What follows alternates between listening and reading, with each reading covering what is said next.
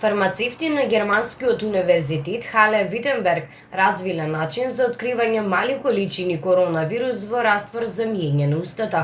Користејќи техника што може да се употреби за тестирање, студијата користеше примероци за раствор со кои пациентите заразени со новиот коронавирус ја плакнале устата, успешно откривајќи го вирусот со помош на масена спектометрија, соопшти универзитетот.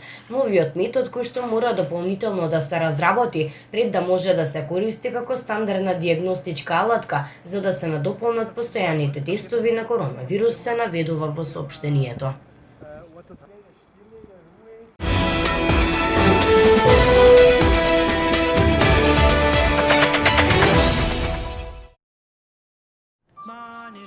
Поради големиот пораст на бројот на заразени со коронавирусот, израелските власти ги заостри рестриктивните мерки против епидемијата, од кои некои ќе важат само за време на викендите. Овој викенд продавниците, трговските центри, базените, музеите и зоолошките градини ќе бидат затворени. До 24 јули би можело да се воведи забрана за напуштање на домот за време на викенд, доколку таа мерка добие поддршка во парламентот.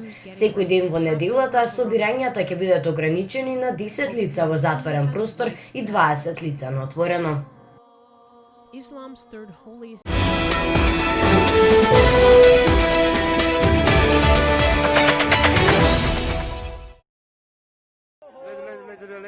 Кинескиот град Вухан, како и останати провинции, денеска прогласија црвен аларм поради поројните дождови, кои што представуваат опасност за зголемување на нивото на реките и езерата.